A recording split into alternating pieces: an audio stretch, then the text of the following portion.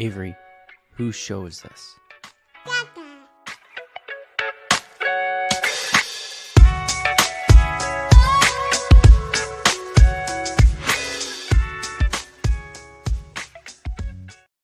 And we're live. Welcome, everybody, here to the Lakers Lounge podcast. I'm Anthony Irwin, Senior Lakers Insider for Clutch Points. And today on the show, we are going to be talking centers. Yeah, we're going to be doing it again.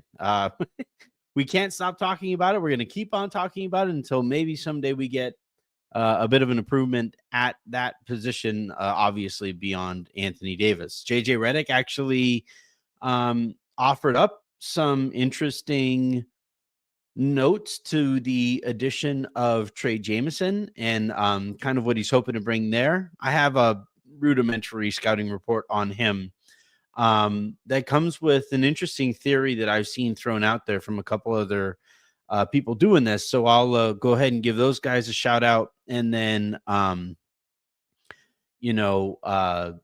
talk about the potential addition and again, some of JJ's own comments. I also want to talk a little, I'm probably going to start, honestly. No. Yeah, I am going to start. I'm going to start with Bob Uecker.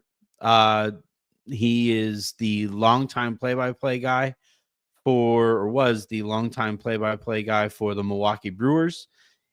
He passed away this morning. And, for those of you who watch or listen to the show regularly, I am a huge baseball fan. Grew up on the sport, grew up on Major League, the movies, and he obviously was a key part of those movies. His passing, though, on top of the bummer that it is that we won't get to listen to him call games anymore, or like just get his voice in the random moments that we would get it.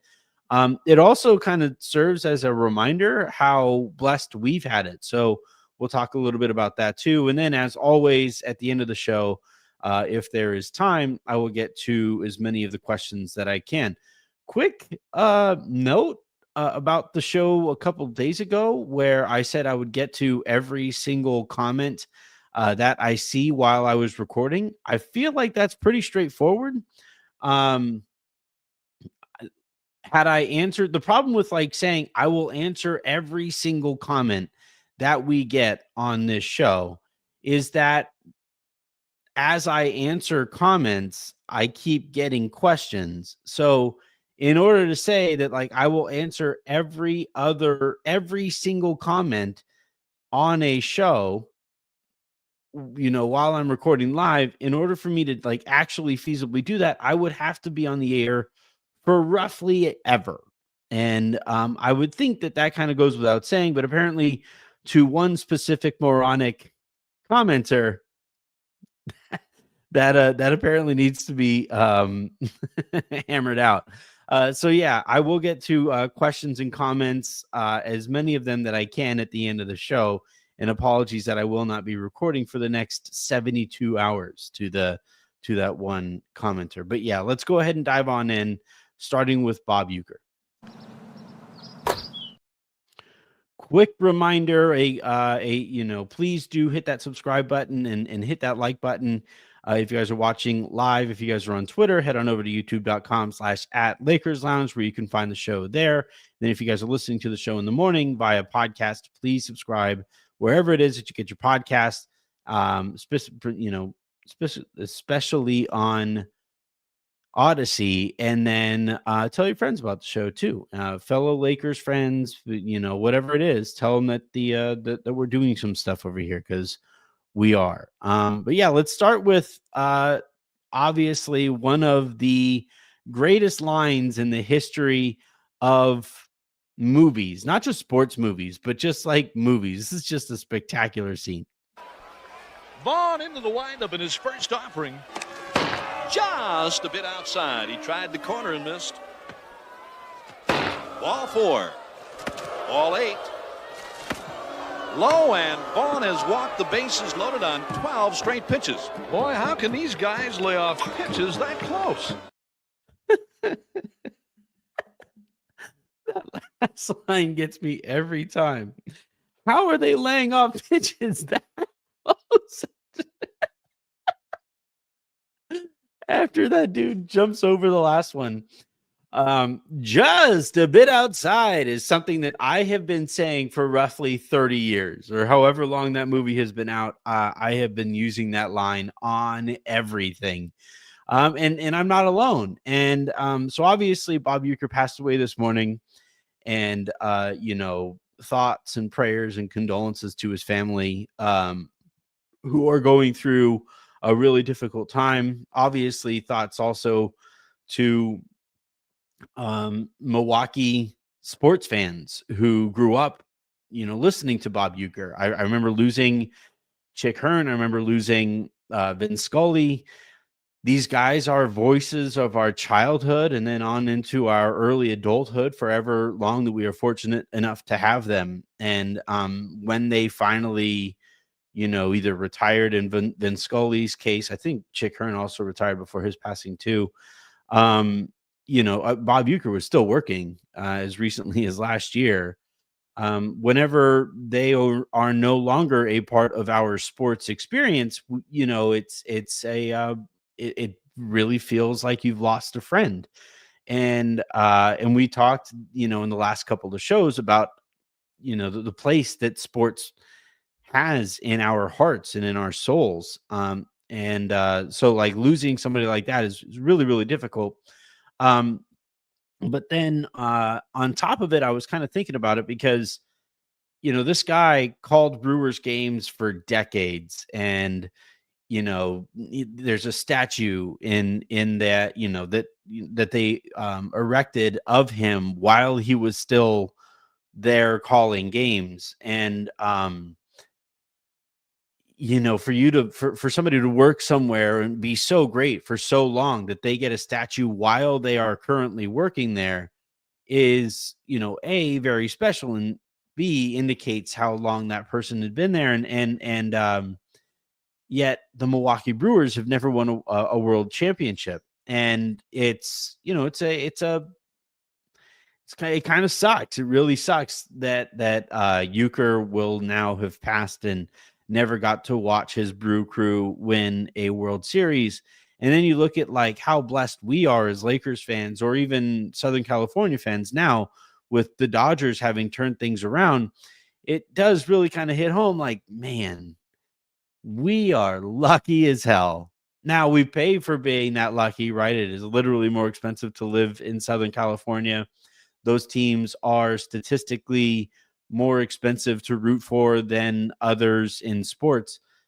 I don't even think that matters, though. At the end of the day, like, we can all kind of relate to the notion of like, man, are they ever going to win one? Like, if I was to say to Bob Uecker or to anybody, I remember how desperate I felt for the Dodgers to win one for Vin by the time he retired, or let alone passed away.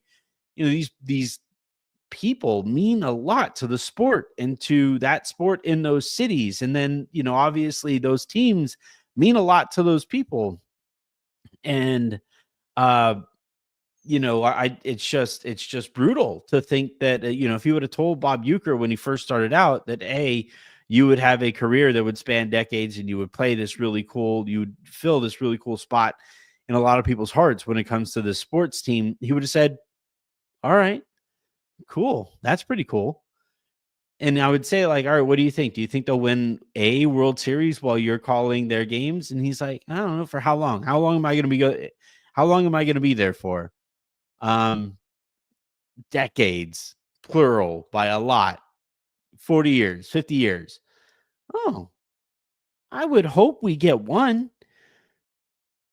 No, that's not guaranteed in sports. And I know that Lakers fans kind of treat it as if it should be guaranteed because of the way that the Lakers operated for the vast majority of our lives, right? While Dr. Buss was alive, the Lakers missed the playoffs all of like 6 times or something like that over that 30-year stretch. They were in the finals about half of those seasons as well. And then obviously won as many championships as they did. We're really lucky to call ourselves Lakers fans. I'm a Vikings fan, man. That game, I had people texting me like, hey man, are you okay? Are you all right? I'm so sorry about the Vikings. And it's really, really, really tough to have that fun of a season and then have it end so shittily. And it's like, yeah, it definitely sucks. However, like, I'm not exactly shocked. Ask any Vikings fan. I had zero confidence going into that game against the Rams. The Rams had already beat them earlier in the year. They play a style of defense that gave Sam Darnold issues the first time they played them, and then it got even worse the second time. So, like, when that game went the way that it did, it was like, come on. It wasn't like I'm trying. When the Lakers lost to the Celtics in what year was that? 7 or 8, whatever it was. I tried to forget that. But like when the Lakers lost to the Celtics there, I was crushed for like a solid month, and that was a matchup where I knew that the Lakers were underdogs. Celtics fans love to say that, like, yeah, if we had Kendrick Perkins in 2010, that goes very differently. Whatever. Sure thing, pal. Rasheed Wallace played the game of his life in Game 7. Not game of his life, but like the only good basketball game he would ever play again was that Game 7. And Andrew Bynum was like, didn't get to play in the first series that the Lakers and Celtics played against each other. Trevor Ariza was a shell of himself as well. But so like the point of all of that is to say that, like, Vikings fans are wired a certain way. Lakers fans are wired a certain way. Dodgers fans, Red Sox fans, like these various fan bases are wired the way that they are because of the experiences that they're trained to be wired from. And in Milwaukee, I'm sure that was like a desperation there over the last few years. Like, come on, get over the hump.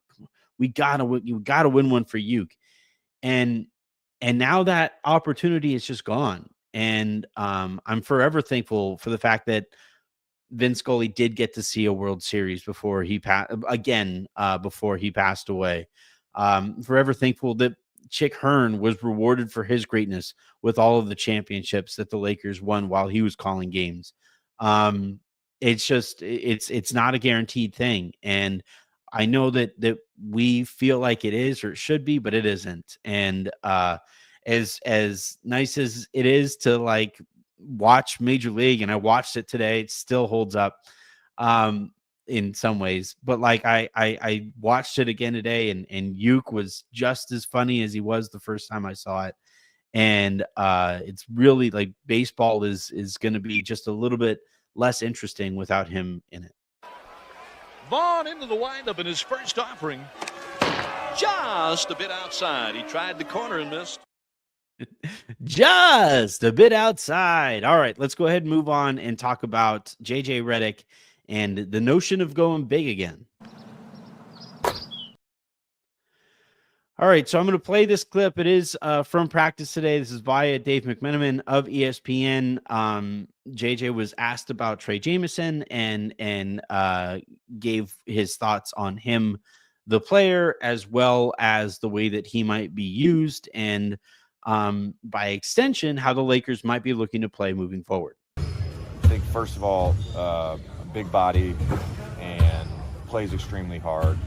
With Christian and what we've asked of him, some because of Jackson's injury, but we have to sort of manage his days. And Trey gives another body, another physical player. We kind of went away from those two big lineups. It's something we did last night. It's something we're going to try to get back to for small stretches of games. It doesn't mean we won't play small ever, but that's something I think where we can get some practice time. We can really work on those small ball looks. So for Trey, I think he's going to have an opportunity at times to be out there with AD. He's going to have an opportunity at times to play solo big, depending on who's available. Obviously, Jackson's our backup center. Not saying he's going to play over Jackson, but getting him in the program was important for us, and we obviously did intel on him. He's high character, high energy, smart player too, high basketball IQ, super humble. Like we're excited to have him. Excited to have him. I can't say one way or the other. I have not watched basically any Trey Jemison footage, or had not watched any Trey Jemison footage before yesterday, and even since then, it's been like there just isn't very much on him. Kind of for a reason. He's not the best player. He will fill a specific need. He is big and physical and offers that in ways that like Hayes doesn't and Christian Koloko doesn't.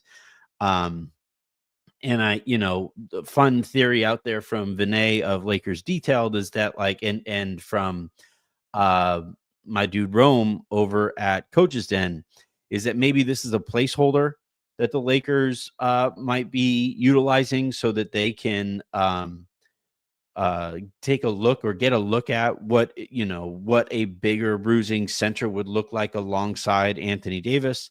That's a fun theory. I see what you're cooking there. I like the theory. The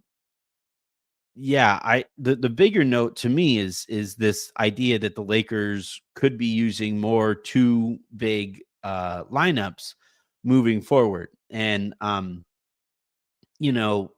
the biggest thing to me is the Lakers don't have the kind of roster where you can just lean one way or the other, right? That like this is more of a master of none roster than it is a roster or a grouping that has a built-in identity that they're going to really rely on, game in, game out, matchup in, matchup out. They are going to be doing a lot more matching up to teams than teams are going to be matching up for them specifically. And I think that's a really noteworthy difference there. And so like, going out and turning Christian Wood and Jackson Hayes and Jalen Hood-Schifino, and whatever draft capital into Jonas Valanciunas or Day'Ron Sharp or whomever. I know the people that you talk to in Portland are adamant that Williams isn't going to be moved just for spare parts. To which I always reply like, okay, then he isn't getting moved. If they're expecting to get real draft capital for a guy who is on kind of a bigger contract and just can't stay on the court, I don't think Portland is going to be able to move him, which maybe they're okay with. But like they've already missed their opportunity on Jeremy Grant, and they made a decent trade in when they moved Damian Lillard the way that they did. But yeah, for Robert Williams, for Jonas, for Day'Ron Sharp, now Nick Richards is off of the board. Obviously, he went to Phoenix. If they do go out and get somebody who has a little bit more oomph to them, after getting a look at what it looks like with Trey Jemison, I can kind of see it. And the point of it all would be to be able to react to so many different pitches, right? You go up against a Jokic, okay, we can go super duper big. You go up against in Oklahoma City Thunder or a Golden State Warriors, or even Cleveland's kind of tough because they are very small on the perimeter, obviously, but huge on the interior. But like the point that I'm making here is that what the Lakers, I think, should be trying to do is compiling a roster that doesn't have any holes in the swing, or try to plug up as many holes in the swing as you can. And, if you go out and get a bruising big who, guys are reluctant to drive in on because they are nervous of what might be waiting for them as far as either the big or the floor, or, somebody who Jokic can't just move in the way that he tends to move basically anybody that he has seen that the Lakers have thrown at him. If you want to go out and get a bruising center for that, all right, makes sense. If you want to rely on or get a big who can space the floor next to AD, okay. I mean, that really limits what you're looking for at that point. That's probably like Kelly Olynyk. People like to say Jonas stretches the floor, but he doesn't. He has like his numbers are okay, but it's not practical floor spacing. But this Jameson thing is going to be interesting. Look, I do need to throw a little bit of cold water on this, in that like Olivari never got an opportunity. Traore, it took the Lakers losing literally all of their centers for Traore to even get like a partial look. And then, Christian Coloco has been in and out of the lineup, even though I think he's better than Jackson Hayes. So like, we'll see what kind of an opportunity Jameson is given and what kind of a look the Lakers actually get at those two big lineups. But I do think, the JJ saying that they're going to be more willing to lean on those lineups more than they have recently, and that they are still going to go small sometimes. That's, essentially a much shorter version of me saying, yeah, we want to be able to go small if we want to go small. We want to be able to be confident in going big if we go big, and so on and so forth. And I do think, we'll talk about what Dan Woike wrote for the Times in a second about like the trade opportunities and stuff like that in the trade market. But I do think, like, if you're looking at the assets that the Lakers have and the way that they operate, I don't think I don't think there is going to be a move or a trade or even a couple of trades that makes us like completely rethink what this roster is capable of. It does continue to sound more and more and more like the Lakers are probably going to expend their second round draft capital, but probably leave their first round draft capital untouched, which is frustrating as hell for me to say, right? That's the difference between me reporting something or me reacting to that stuff. It just doesn't seem like the Lakers love their options out there and don't think anybody that's actually on the market is worth first round draft capital, let alone 2 first rounders. So like, I think you're probably looking at more kind of marginal improvements here and there, some tweaks to the roster, and see what that looks like. And if JJ is willing to go big, we already saw him promise to switch a little bit less, and then we watched the defense switch a little bit less against Miami, and it looked a lot better than the first time they played Miami defensively. We've seen him say that they want to see what it looks like when Vando gets back and goes small, or in going small. And for the most part, he's JJ has typically lived up to the stuff that he says in these scrums. So when he says that, yeah, I think I want to mix in going extra big from time to time, I believe him, and I think it'll be productive.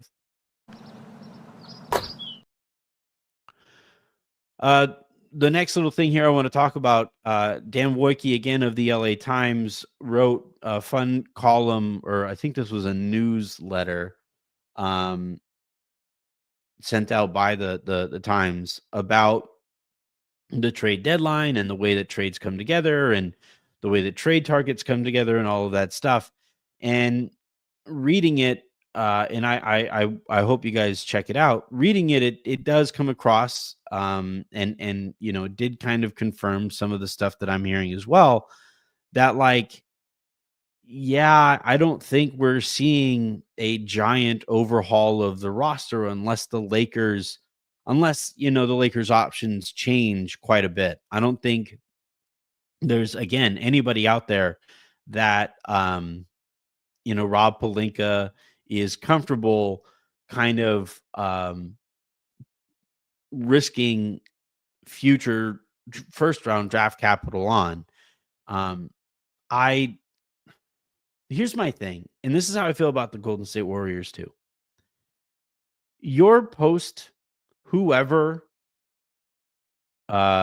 situation, like a couple extra first rounders isn't going to change that. You know, it's going to be bad whether whether you save this extra little bit of draft capital or not. You're not going to have LeBron James in your organization forever. The Warriors are not going to have Stephen Curry in their organization forever. The other thing too with the Lakers is only Max Christie is young enough to be considered like a post LeBron James piece. If LeBron is going to play the next couple of years, by the time he's done, AD will probably be at kind of like the tail end of his prime. And then Austin Reeves will be kind of just entering his. Dalton Connect is an older rookie. And by the way, like this idea that he is untouchable is insane to me. Absolutely insane to me that the Lakers are like, no, we can't trade the guy who's shooting 20% from three since December.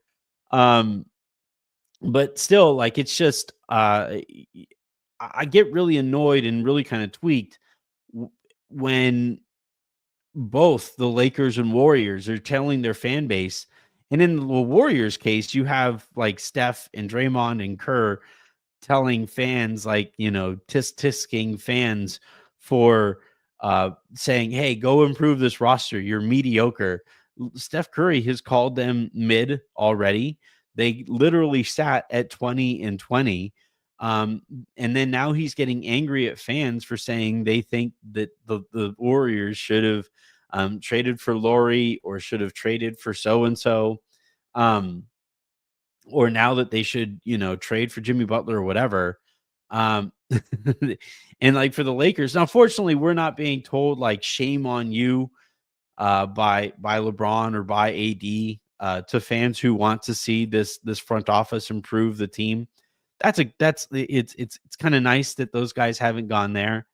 But I look at both of those situations and I look at both of those organizations and I really think the people who are in charge are extremely spoiled. Like this notion that like the Warriors will just get another Steph and they need to be prepared for another Steph after Steph hangs him up is asinine. This idea that the Lakers think that they can kind of soften the blow whenever LeBron James retires. You guys, you literally took over for Jim Buss at the lowest point in Lakers history and only turned it around because LeBron wanted to make Space Jam. Like, this is insane that we're still having these conversations. Like, yeah, like LeBron made like, and to the people who are like, oh, no, he wanted to come to LA for basketball reasons. No. How many of those guys remained around after after LeBron showed up? He played with those guys for like a year and was like, okay, enough. Let's go get Anthony Davis. And then they went and traded all of those young guys who we would have said, like, LeBron liked the basketball reasons that LeBron would have preferred LA. Those guys were all gone. They turned him into Anthony Davis.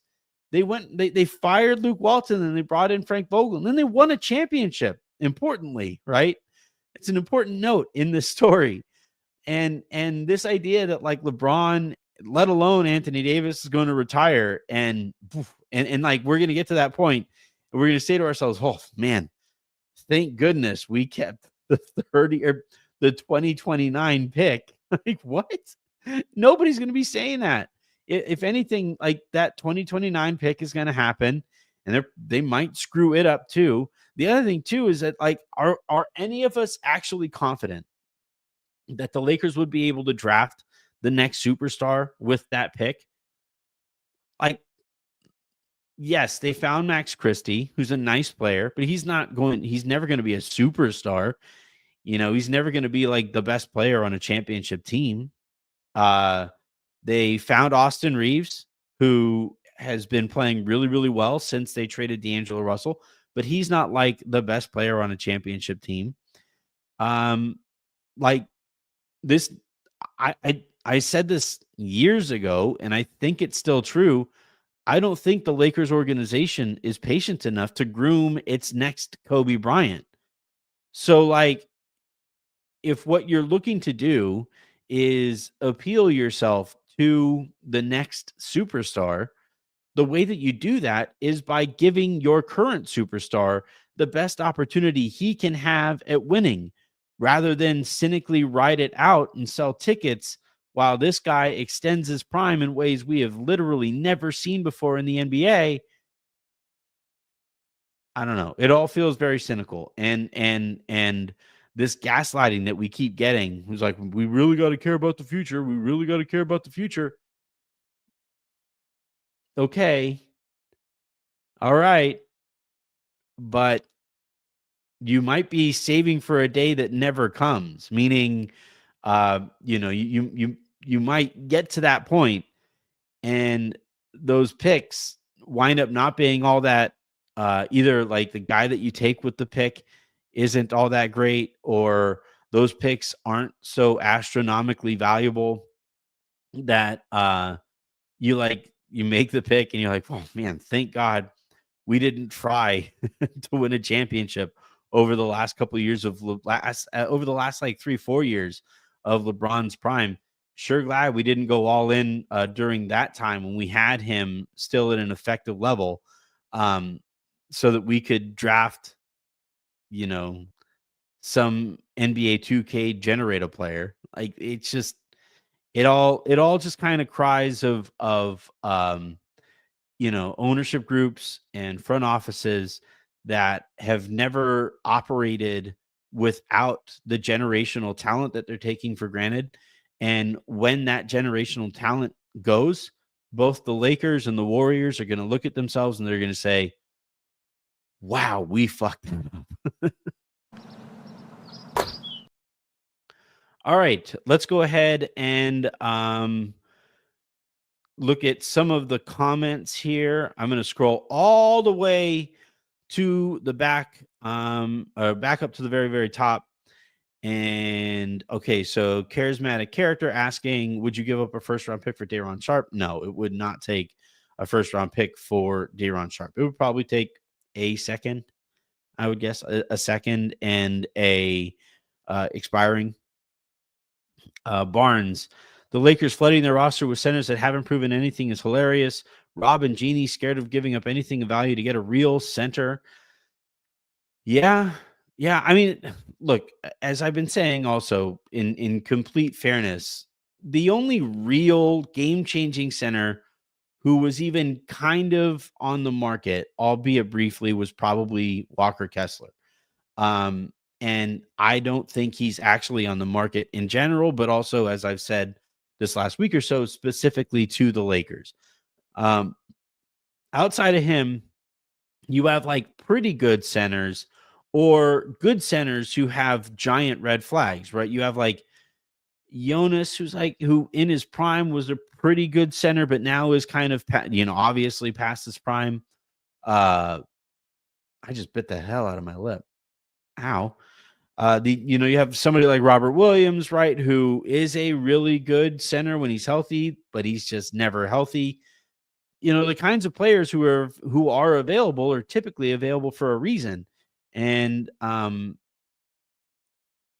said, one thing that I wish the Lakers would do would be more willing to gamble on players getting better while they play next to LeBron or Anthony Davis or Anthony Davis than they look in their current situations. So somebody like Cody Martin in Charlotte has been pretty bad since he signed there, but how would he be good?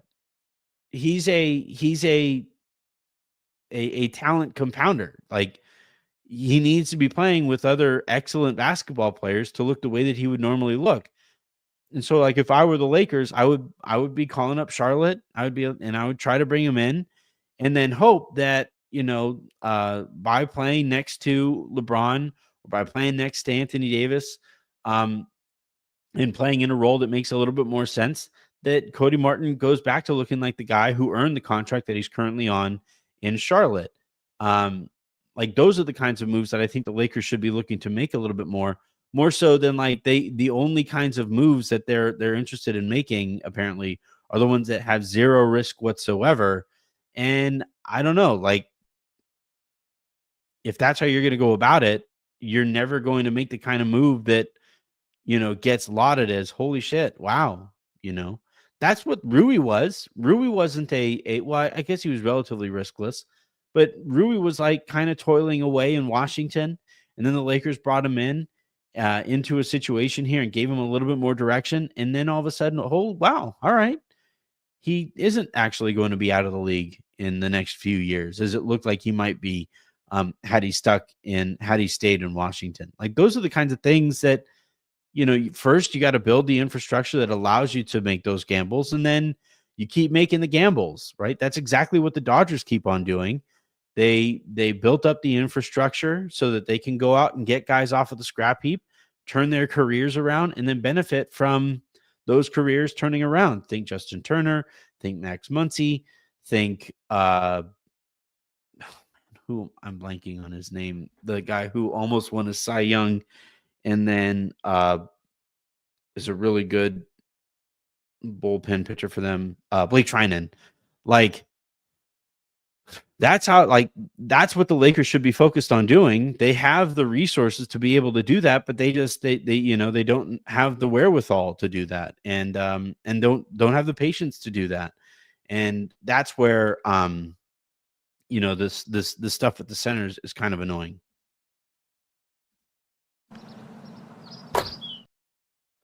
Mike Hernandez asks, "Sup, Anthony, longtime listener. How often do you go to Pluckers?" I've probably been there, like, we've lived here about 5 years. I've probably been there 10, 20 times or so. Maybe that's probably a little high. It's good. The problem is, like, it's just far enough for us that it's annoying. And the kids, like, we typically so we have a 5-year-old and we have a 2-year-old. And the kinds of restaurants that we go to usually have playgrounds attached to them, because it allows the kids to go out and play while Jen and I sit back and have a beer or something like that. And, if it isn't that kind of a setting, now Pluckers, the nice thing about it is that it's nice and loud, and, people anticipate that set. It's not like, anybody's going to be annoyed by kids acting like kids in that restaurant, but they do eventually get kind of bored, and neither of them are all that into chicken wings quite yet.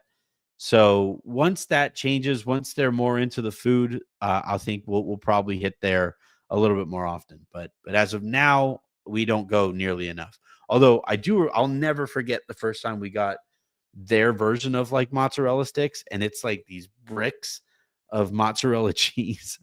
I was like, we are definitely in Texas now. All right, let's go. I'm gonna keep on looking.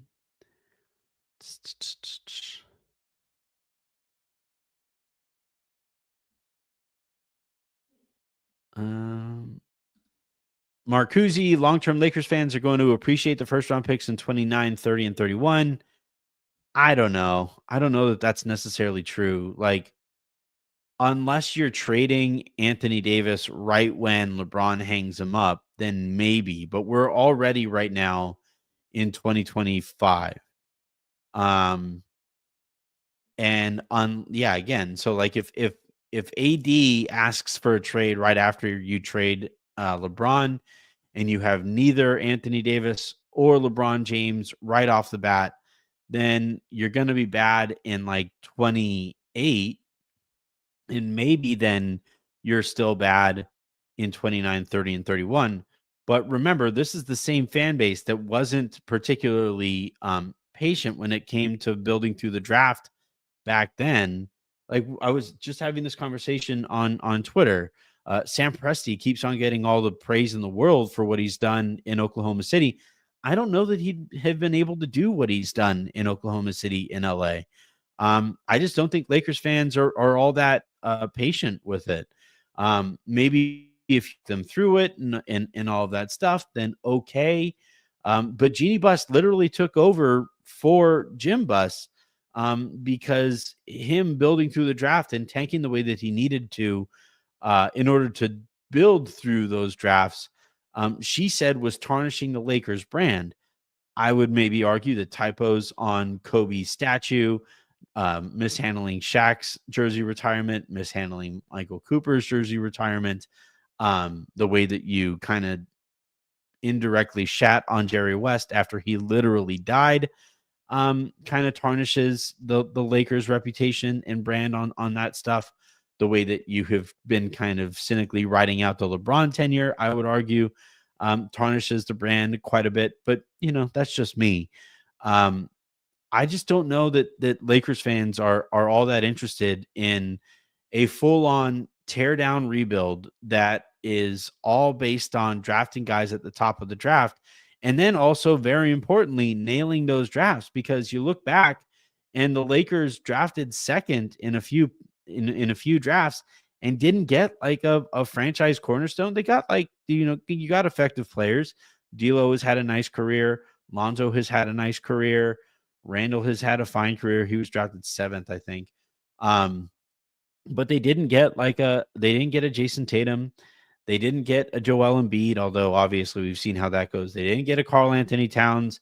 They just, and a couple of those guys were drafted before the Lakers were able to, but they just for as much time as the Lakers spent at the top of the draft there, you didn't get overwhelming prospects there that changed the trajectory of the Lakers organization on their own. And on top of that, all right, if you're going to build through the draft the way that we're talking about the Lakers potentially building in the draft after LeBron and AD are gone, all right, but you'd better invest more into the organization when it comes to the medical staffs, when it comes to your training, the people who head up your training departments, hire a goddamn shooting coach, individual training, team-wide training, all of that stuff. If you're actually going to do that stuff, you better actually do it, because we heard Rob talk about it at last year's during last year's offseason. It never really came to fruition. So, all right, you could basically, the Lakers are, if you think of everything as an if-then type of scenario, if you do this, then you have to follow it up with this. All right. So let's even use JJ Redick talking about the bigs from earlier today. Right.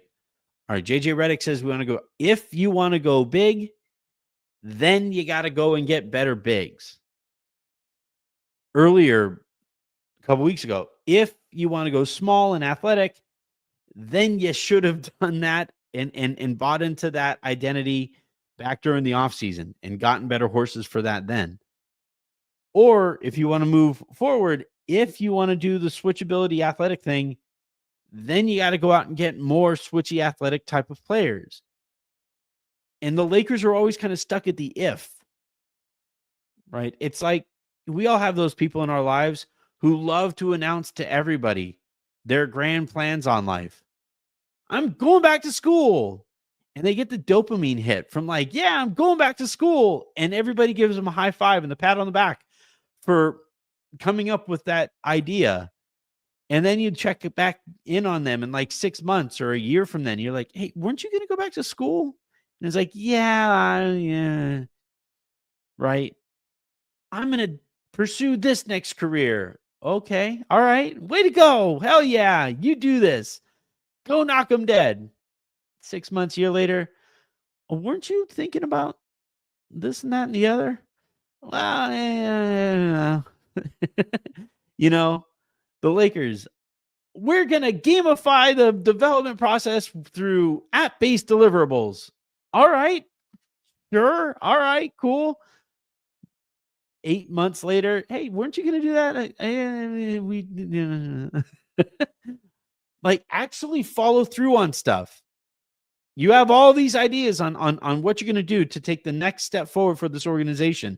And it's all these half measures. I like Dorian Finney-Smith as a player. Don't get me wrong. I'm happy that he is a Laker. But I think it's pretty clear at this point that moving D'Angelo Russell and not moving him for a player that is worthy of a first-round pick is a misuse or an underuse of D'Angelo Russell's expiring contract. And like if you really wanted Dorian Finney-Smith, then you could have traded for Dorian Finney-Smith using like Rui and second-round draft capital and been okay with it. Like it's everything is kind of a half measure with the Lakers. We're stuck at the if. Get to the then. Execute the then, and then we will kind of go from there. And yeah, we're talking about how can't wait to see how the Lakers build through the draft. They're going to get younger. They're going to we're going to be happy that they kept 29, 30, and 31. And then it's like, we're going to get there when it's time to deliver on the then, right? And just based on how it's gone in prior drafts, we're going to be like, yeah, sure wish that would have been Cam Johnson back when we had LeBron James instead.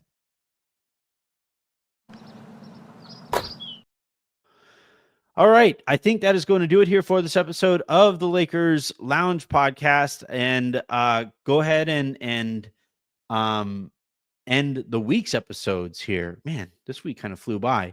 I'm going to, be back at it again on Sunday, unless, we're getting into the part of the year, by the way, where stuff happens and you have to, knock out an emergency pod or something like that.